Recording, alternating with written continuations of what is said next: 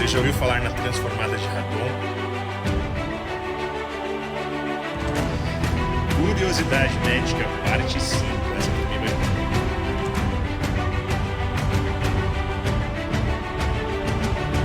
Fernando mais uma vez na área. Eu vou fazer 2 vídeos hoje importantes. Eu vou dividir esse vídeo em 2 partes.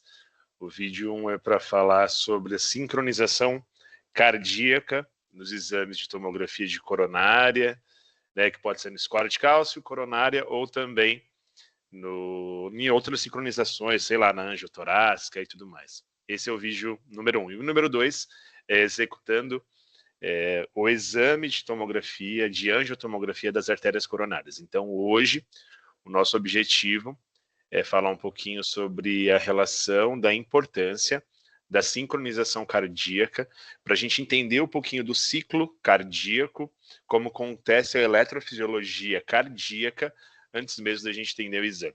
Então vai ser um vídeo um pouquinho mais curtinho, mas um vídeo um pouquinho mais trabalhoso, mas é legal para vocês entenderem. Então, para ficar bem legal, eu vou compartilhar a minha tela. Deixa eu compartilhar aqui. Então, bora lá.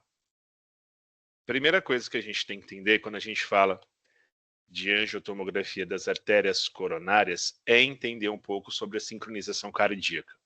A sincronização cardíaca, de uma forma popular, não é nem voltada para o eletrocardiograma, mas é para a gente interpretar alguns pontinhos chaves disso. Então, percebam-se que a gente tem nesse eletrocardiograma a marcação de uma onda P, Q, R, S, T.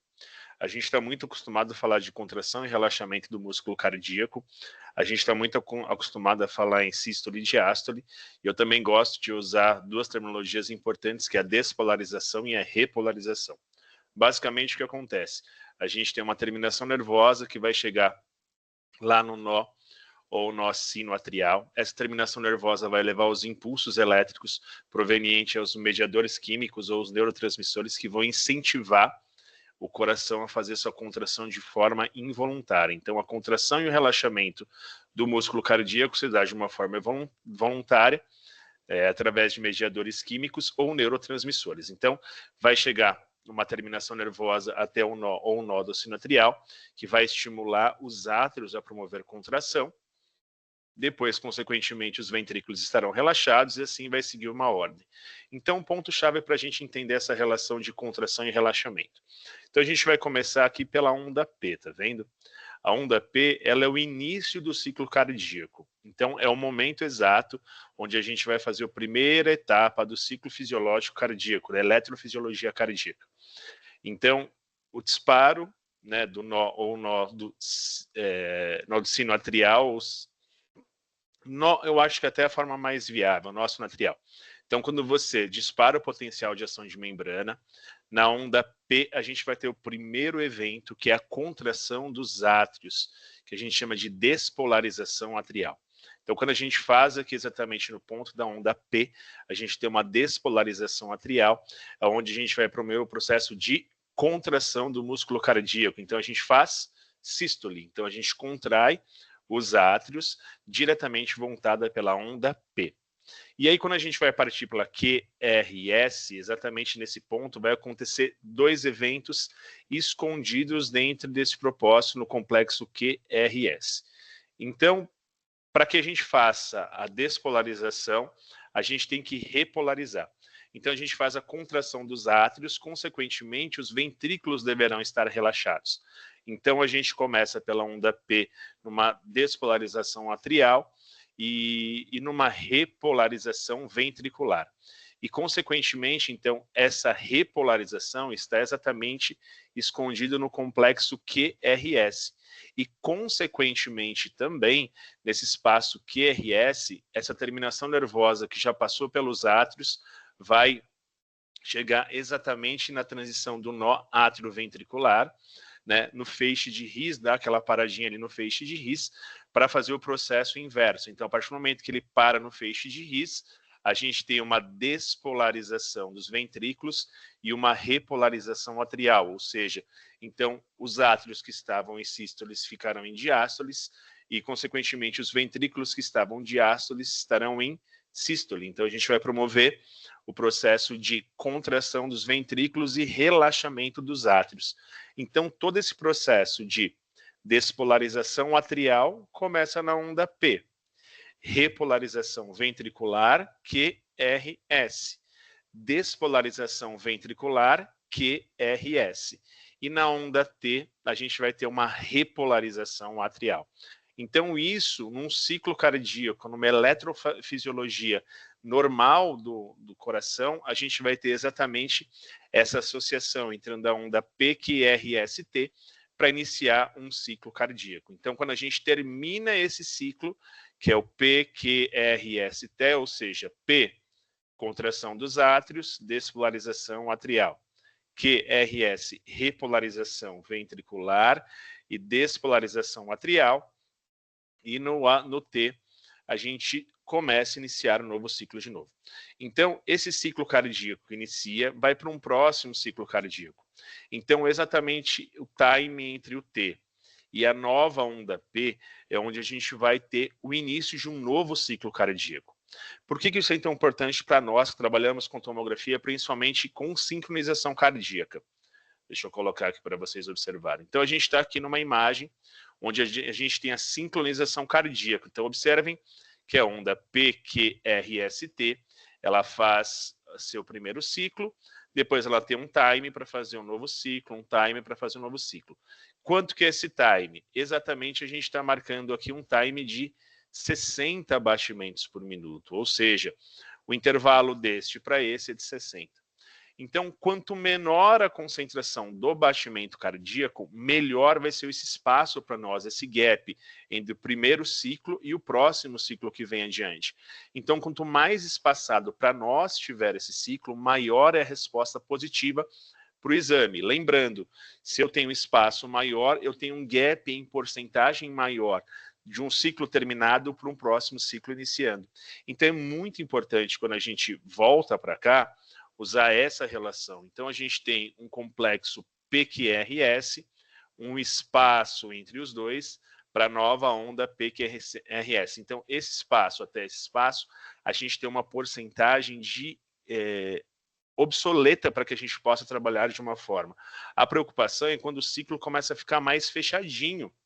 Então, quando eu tenho um time de um ciclo para próximo mais fechado, é o que a gente fala de batimento cardíaco mais aumentado, quando você começa a aumentar de 70 a 80 batimentos por minuto, e isso é muito ruim para nós que trabalhamos. Lógico, a gente tem outras formas, a gente tem aquisição para arritmia, a gente tem aquisição em dual energy, a gente tem muito recurso hoje, mas se a gente parar para pensar, o mais ideal seria sempre a gente ter uma frequência cardíaca mais baixa, porque o gap de um para outro ciclo seria essencial. Então, uma dica é ficar muito atento à eletrofisiologia cardíaca, ficar muito atento como que funciona exatamente o seu ciclo na sincronização cardíaca, para que a cada espaço você consiga ter uma resposta melhor de aquisição, ou seja, o seu espaço, a sua janela de aquisição, ela fica melhor. Então, outro ponto-chave que a gente vai marcar aí, além de ficar nisso, é observar os detalhes das porcentagens. Né? Provavelmente, quem é profissional da área da TC já ouviu falar isso, fala assim, nossa, esse gap foi pequeno, então eu vou fazer reconstruções de 50%, 60%, 70%, 85%. O que é isso? É quando a gente tem um time da T para a nova onda P, e as porcentagens estão exatamente nesse intermédio de um ciclo e do seu próximo ciclo. Então, quando a gente faz as reformatações em porcentagens, eles estão me dando a garantia que da onda T até a próxima onda P, eu consigo pegar um espaçozinho para que aí a gente consiga ter uma reconstrução melhor do movimento. Lembrando, tá? Isso vai ficar para o conteúdo da nossa próxima aula. A gente tem a relação de aquisição de ser prospectivo e retrospectivo. O que é isso? A gente pode fazer varreduras em grande escala e fazer as reconstruções dentro do meio, tá vendo essa aquisição de 60%, ou simplesmente a gente pode fazer uma aquisição volumétrica total, e aí sim ir adquirindo etapas por etapas. Isso a gente vai deixar para fazer de uma outra forma, explicando diretamente na execução do exame. Então, legal, para a gente deixar esse vídeo pequeno, o que para nós, profissionais da área da saúde, na área da imaginologia, precisamos saber? Principalmente quando nós executamos TC coronárias, ou, sei lá, ou qualquer exame, que seja um score de cálcio ou uma sincronização para uma anjo de aorta torácica, é entender que essa relação de um ciclo para o outro, ele é extremamente importante. Então, quanto menor estiver o nosso batimento cardíaco, melhor vai ser a resposta para a gente, porque o gap entre uma onda PQR-ST de um para outro é maior. Ah, mas eu tenho um aparelho Dual Energy, legal, ele vai pegar duas projeções. Olha, eu tenho um aparelho que ele consegue fazer imagens e reconstruir no prospectivo e no retrospectivo, lindo e maravilhoso, que é o que a gente tem na grande maioria. Olha, meu protocolo arritmia me dá porcentagem de tudo, lindo e maravilhoso, mas entendam isso, quanto menor o ciclo cardíaco de um para o outro, para nós vai ser melhor. Então a eletrofisiologia cardíaca, ela está baseada em um ciclo para o outro. Então atentem-se a esse detalhe, principalmente a essa relação. Profissionais, o ponto-chave da história é observar o time de um ciclo para o outro, entender que é nesse momento onde há a contração e o relaxamento do músculo cardíaco, sístole, diástole ou despolarização e repolarização. E dentro deste caminho, a gente vai marcar e projetar para quanto que vai ser o nosso exame e as nossas varreduras de acordo se vai ser prospectivo, retrospectivo, dual energy ou mesmo protocolo arritmia. Voltando aqui rapidinho, eu vou parar de compartilhar a minha tela para que a gente possa deixar uma informação bem legal aí para vocês. Voltando aqui, aí.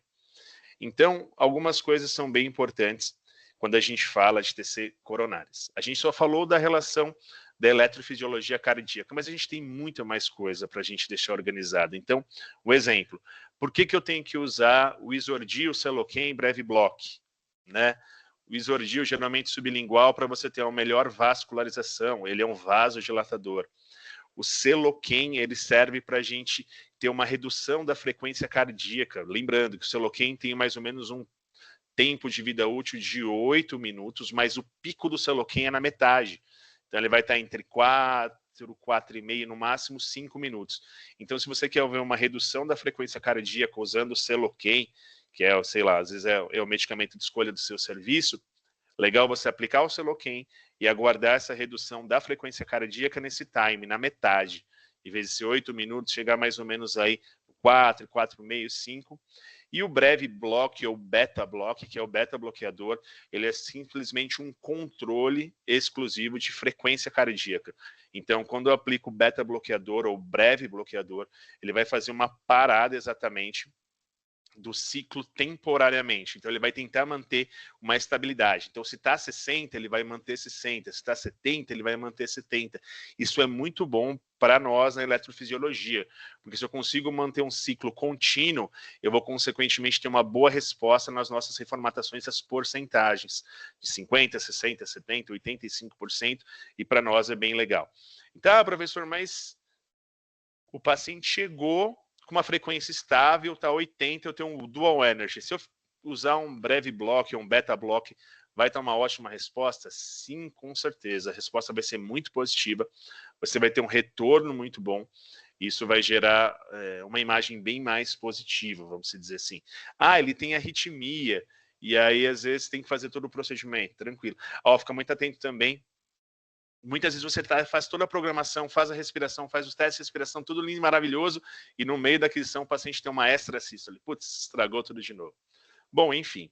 Então, o que eu quero dizer com vocês, profissionais, vocês precisam entender da eletrofisiologia cardíaca. Eu preciso entender o momento da sístole, o momento da diástole, o momento da contração, do relaxamento, da despolarização e da repolarização, que é muito importante para nós. Ah, eu tenho um aparelho de alta potência, ok, mas não adianta você ter um aparelho de grande potência se você não entende como funciona o ciclo. Porque em algum momento você vai precisar reconstruir e você não vai saber reconstruir, e esse é o nosso principal medo. Tá bom? primeiro vídeo, depois a gente vai para o segundo vídeo de TC coronária. Espero que você goste, curta, compartilha, repassa aí para os seus amigos a primeira dica de TC coronárias. Um abraço, tchau, tchau.